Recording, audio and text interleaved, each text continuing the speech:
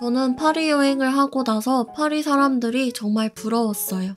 수많은 회화 작품, 조각품, 그 문화 작품들을 모은 거대한 박물관, 미술관이 여러 곳이 있고 또 거기서 수많은 작품들을 어릴 때부터 계속적으로 볼 수 있는 환경. 저는 그게 정말 중요한 가치를 지닌다고 생각해요. 제가 어릴 때는 이런 작품을 볼 수 있는 기회가 거의 없었습니다. 그래서 관심을 가질 기회조차 없었던 것 같아요. 교과서에서나 봤던 화가들의 작품들과 난생 처음 보는 그림들도 보았습니다. 그리고 그 그림들에 담겨있는 그 시대의 역사를 몸소 느낄 수 있었습니다. 그 당시 중요하게 생각했던 가치관이나 당시 주목하고자 했던 문제들을 화가들은 예술로서 작품에 녹여냈고 수많은 걸작품들이 보존되어 지금까지 회자되고 있습니다. 이런 작품들을 보고 생각하고 같이 얘기를 나누는 이런 문화가 각자의 사고 구조를 획일적으로 만들지 않고 다양하고 다채롭게 만들어주는 것 같습니다. 이 다양성 자체가 낭만 아닐까요? 낭만의 도시 파리. 그럼 시작하겠습니다. 파리에서 정말 유명한 미술관이 3군데가 있는데요. 바로 루브르, 오르세, 퐁피두입니다. 그중 오르세 미술관은 19세기 작품을 위주로 전시하고 있어요. 저는 사실 파리 여행을 하기 전까지는 오르세를 몰랐습니다. 그런 저에게 오르세는 아주 큰 강렬함과 아쉬움을 동시에 느끼게 해준 곳입니다. 오르세 미술관은 원래 철도 역사였는데요. 이용객의 감소로 점차 활용도가 떨어지자 현재와 같은 미술관 형태로 변경한 것이라고 합니다. 그래서 그런지 처음 미술관에 들어서면 기차역의 로비 같은 곳과 그리고 입구 쪽 천장에는 기차 시간을 알려줬던 것 같은 그 거대한 시계가 눈에 띕니다. 뭔가 해리포터에 나올 것 같은 기차역 느낌이었어요. 로비에는 다양한 조각품들이 전시되어 있어서 마치 역사에서 기차를 기다리거나 서 있는 사람들을 보고 있는 것 같았어요. 미술관인데 기차역에 온 그런 느낌. 굉장히 특색 있는 장소였습니다. 처음에 들어서자마자 조각품들이 반겨주는데요. 실제로 오르세는 회화가 줄을 이루고 있습니다. 조각품들의 양옆에는 전시시들이 빼곡하게 놓여져 있는데 각 방에는 수많은 회화 작품들이 전시되어 있었어요. 다양한 작가들의 작품들이 있으며 중동이나 아프리카를 배경으로 한 사실주의적인 그림들도 많습니다. 진짜 1층만 관람하는데도 시간이 정말 부족했습니다. 이후 베르사유 궁전과 같은 아름다운 방 한 켠을 지나면 오르세 미술관의 가장 대표적인 포토스팟, 시계를 가까이서 보실 수가 있습니다. 아까 들어올 때 봤던 시계 안쪽으로 갈 수가 있어요. 시계를 지나서 전시 장소로 들어가면 마네, 모네, 르누아르, 드가의 작품들을 보실 수가 있습니다. 알렉상드르 카바네, 19세기 프랑스에서 활동했던 신고전주의 화가입니다. 타마르는 구약 성경 사무엘서에 나오는 다윗왕의 딸입니다. 그녀는 안타깝게도 이복 오빠이자 다윗왕의 장남인 암논에게 을 당하고 마는데요. 이복 오빠에게 몹쓸 짓을 당한 후 다른 오빠인 압솔롬이 그녀를 위로하며 복수를 다짐하는 장면입니다. 이 작품은 그의 대표작 비너스의 탄생입니다. 나폴레옹 3세가 이것을 구매하면서 그는 가장 인기 있는 화가가 되었습니다. 성스러운 존재인 여신이 굉장히 에로틱한 모습으로 그려져 있는 것이 특징입니다. 꽤 무서운 느낌의 작품입니다. 단테 신곡에서 단테가 베르길리우스를 따라 지옥을 가게 되는데요. 그때 본 광경을 재현한 그림입니다. 왼쪽 2명이 단테와 베르길리우스입니다. 근육 같은 게 굉장히 섬세하게 표현이 되어 있습니다. 밀레는 19세기 바르비종파를 대표하는 화가입니다. 바르비종은 주로 농민의 생활과 풍경을 그리던 화가 집단이에요. 밀레의 작품은 특히 자연의 아름다움, 일하는 사람들의 자연스러움을 화폭에 담으면서도 특유의 경건하고 신성한 분위기가 인상적입니다.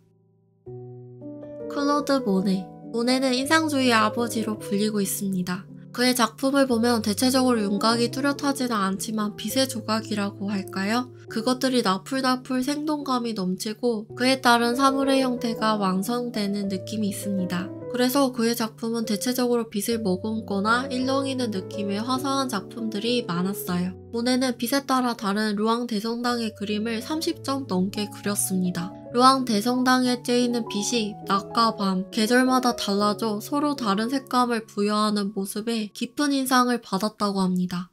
아련하면서도 그리운 그 여인의 느낌이 있습니다.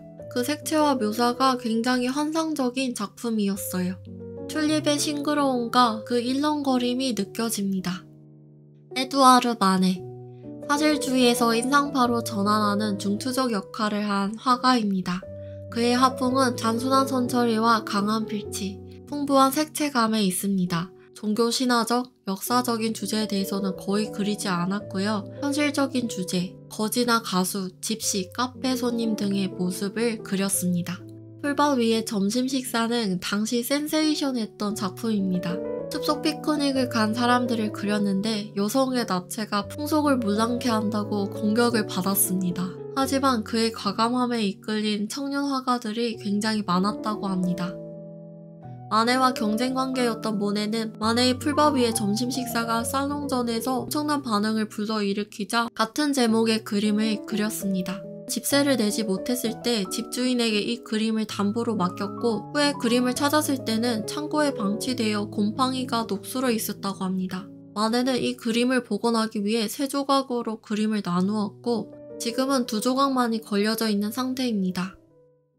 에바 곤잘레스 여성 화가인 에바는 마네의 모델이자 그의 제자입니다. 그녀는 마네의 영향을 강하게 받았지만 나중에 그녀만의 개인적인 스타일을 발전시켰습니다. 어두운 배경의 창백한 피부의 대조가 인상적인 작품이었어요. 베르트 모리조도 프랑스의 여성 화가입니다. 어릴 때부터 개인 교습을 받으며 미술을 시작했다고 해요. 그리고 1868년 마네와 만나게 되면서 마네에게 큰 감명을 받게 됩니다. 예술적 교류를 이어가며 그들 사이에는 사랑이 싹트기 시작하지만 시간이 흘러 그녀는 마네의 동생과 결혼합니다. 다락방에 가난한 2 모녀가 있고 어머니는 벽에 걸린 성모 마리아와 아기 예수상을 보며 원망하는 듯한 모습입니다. 쭉 늘어진 딸의 모습과 어머니의 표정에서 묘한 섬뜩함이 느껴지는 그런 작품이었어요. 이 그림은 제가 꽤 오랫동안 본 작품이었는데요. 실제로 이 여인의 눈이 굉장히 일렁이고 슬퍼 보였습니다. 또 얼굴에 눈물이 흐르는 게 진짜 같아서 계속 보게 되는 그런 그림이었어요. 앙리 르노는 19세기 프랑스에서 활동했던 낭만주의 예술가입니다. 스페인과 모로코를 여행하며 영감을 얻었고요. 이국적인 분위기의 작품들을 제작해 명성을 얻었습니다. 색감 자체가 아무래도 그 당시에 쓰던 색과는 다르게 다채롭고 선명한 색채가 눈에 띄었고요. 잘린 목이 굉장히 사실적으로 보여서 놀랐습니다. 루이 14세가 유명한 작가 콩테를 접견하는 모습을 그린 그림입니다. 당시 프랑스 궁정의 화려함과 권위적인 분위기를 잘 보여주는 중요한 작품이에요. 에르네스트 메소니에는 19세기 말기에 압도적인 지위와 명성을 떨친 화가입니다. 이 작품은 그 중에서도 라온 전투를 패퇴하는 나폴레옹을 그리고 있습니다. 르누아르의 작품입니다. 오랑주리 미술관에도 있던 작품인데 여기 작품의 색채와 표현이 좀 더 풍성한 느낌이 들었어요. 인상파의 가장 유명한 걸작 중 하나입니다. 그림 전체가 화사하고 부드러워요. 그리고 깜빡이는 햇빛이 순간 포착된 것 같은 그런 생동감이 느껴집니다. 이 화풍 자체가 개성적이라 르누아르는 따뜻한 화가의 대명사로 꼽히고 있습니다. 에드가 드가의 발레리나 그림들입니다. 인물 동작의 순간적인 포즈를 교묘하게 묘사해 새로운 각도에서 부분적으로 부각시키는 수법을 강조한 작품들을 많이 그렸습니다. 잔 아브릴은 19세기 후반 파리 무용계의 핵심 인물이었습니다. 이 그림은 잔 아브릴을 가장 잘 표현한 그림으로 알려져 있습니다. 그 유명한 로댕의 지옥의 문, 로댕의 모든 예술세계를 집대성한 작품으로 평가되고 있습니다. 육체의 엉김을 통해 인간의 본성을 묘사했다고 해요. 로댕은 이 작품을 위해 30년 넘게 구상하고 고심했다고 합니다. 정말 대단한 것 같아요. 지옥의 문을 자세히 보시면 아래의 군상을 내려다보고 있는 생각하는 사람의 형상이 있습니다. 전신 근육의 긴장에 의하여 격렬한 마음의 움직임을 연결시켜 영원히 계속 생각하는 인간의 모습을 강력하게 표현한 작품입니다. 구스타브 카요보트는 인상주의 화가면서도 인상주의 화가들의 후원자였다고 합니다. 마네, 모네, 르누아르 등 우리가 많이 아는 유명한 작가들을 여러모로 도와주었습니다. 이 작품은 1875년 살롱전에 출품하지만 비난을 받으면서 거부당했습니다. 하지만 지금은 도시 노동자의 삶을 그려냈다는 점에서 근대성을 인정받았다고 하니 다행인 것 같아요. 토마 쿠티르의 로마인의 타락이라는 작품입니다. 크기도 가로 7m로 보는 순간 완전 압도되는 작품이에요. 로마 제국 말기, 타락하고 쇠퇴하는 로마인의 모습을 묘사하고 있습니다. 직접 본 듯이 생생한 인물들의 표정과 몸짓에 압도됨과 동시에 불안함이 느껴졌어요. 1888년, 고흐가 아르에 머물던 당시에 아직 정신적으로 비교적 안정되고 인간관계에 기대를 품던 시절에 그려진 작품입니다. 반면 더 많이 알려진 소용돌이 치는 그 별의 움직임으로 유명한 별이 빛나는 밤은 그가 폴 고겐과 다툰 뒤 고흐가 귓볼끝을 자른 사건 이후 생레미 요양원에 있을 때 그린 것입니다. 실제로 비교해보면 확실히 혼돈의 그 느낌이 보이죠? 아무튼 롱강의 별이 빛나는 밤은 실제로 보셔야 합니다.